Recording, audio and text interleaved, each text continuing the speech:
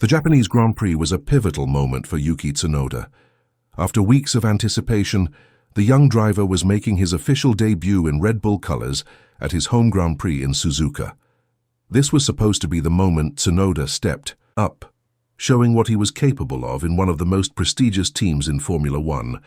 But instead of a fairy tale debut, the Japanese driver was left to pick up the pieces after a disappointing qualifying session that left fans and analysts scratching their heads. Tsunoda had been full of promise leading up to the weekend, with impressive performances in the practice sessions, but come qualifying, things took a turn for the worse. Let's break down exactly what happened and dive into what Tsunoda had to say about the RB21 after the disaster in Suzuka. It's not just about the qualifying results, it's about what the car did to him, how he handled it, and what it means for his future in Formula One. The qualifying sessions at Suzuka were, as expected, a spectacle. Max Verstappen delivered his usual show-stopping performance, taking pole, with a lap so close to Lando Norris's that it felt like it could cut through the air.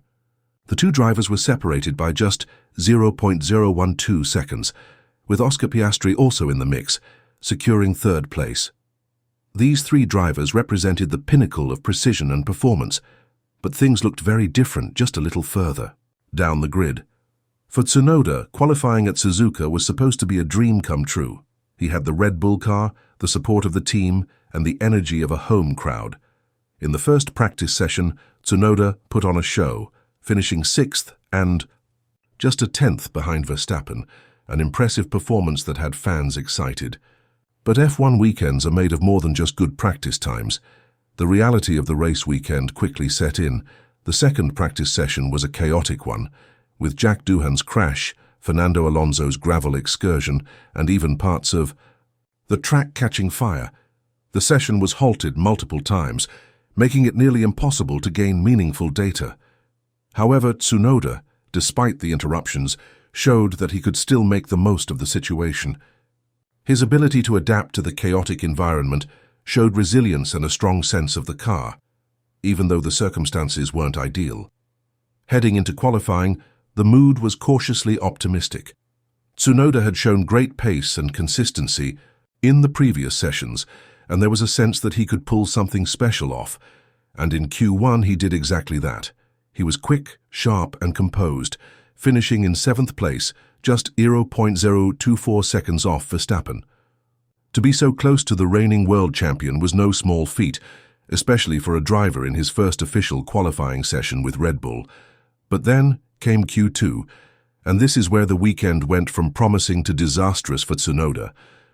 The dream that was slowly taking shape turned into a nightmare as Tsunoda found himself facing not just the challenge of Suzuka, but the unforgiving nature of the RB21. Tsunoda's final flying lap in Q2 didn't go as planned. A slight wobble. Exiting the chicane disrupted his rhythm, and then a gust of wind, tossed him off balance. The result was a snap of oversteer that pushed him wide, forcing him to fight for control of the car. By the time he regained composure, his lap time was already compromised.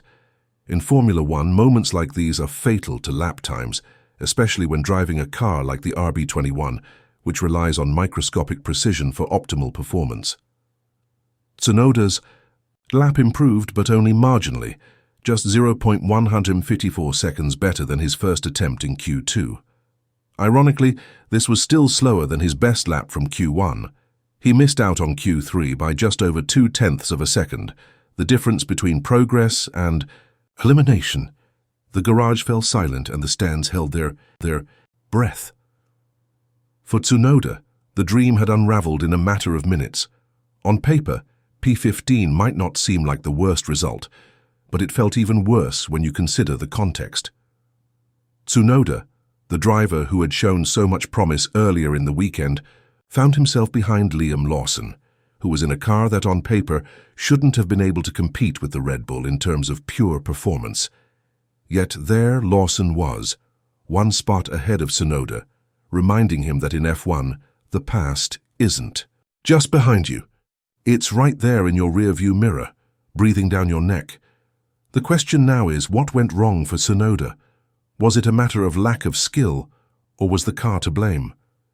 In his own words, Tsunoda admitted that the RB21 was trickier than the simulator had led him to believe. He said that the car felt more exaggerated in real life than it did in the simulator. That's a polite way of saying that the car was incredibly difficult to control. But it wasn't just the handling. Tsunoda also pointed out the critical issue with tyre warm-up. Missing the tyre warm-up window in Q2 was a mistake that cost him dearly, but it also shed light on the nature of the car.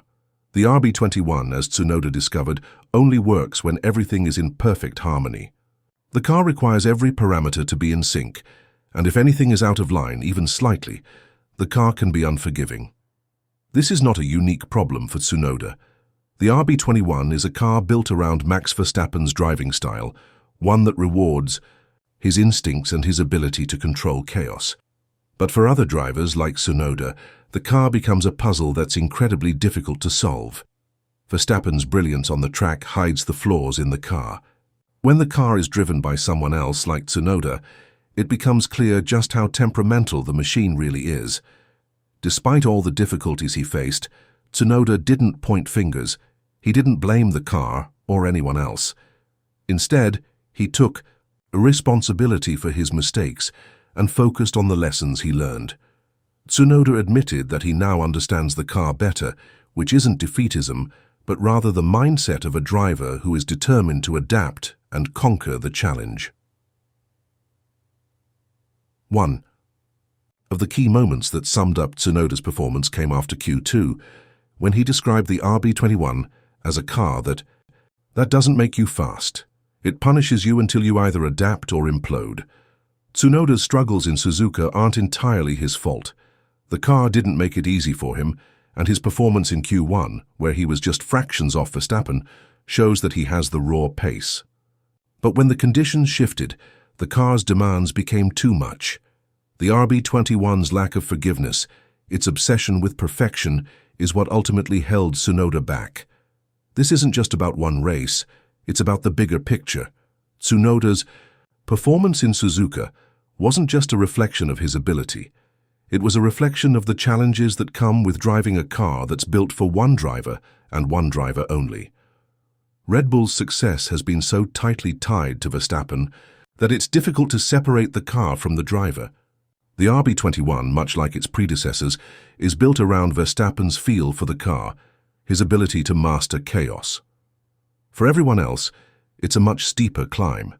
As Tsunoda moves forward in his Red Bull career, the key question remains: can he adapt to the car, or will the car continue to punish him? Only time will tell, but one thing is for certain: Tsunoda's journey with Red Bull has only just begun, and if he can tame the beast, he could be one of the team's most valuable assets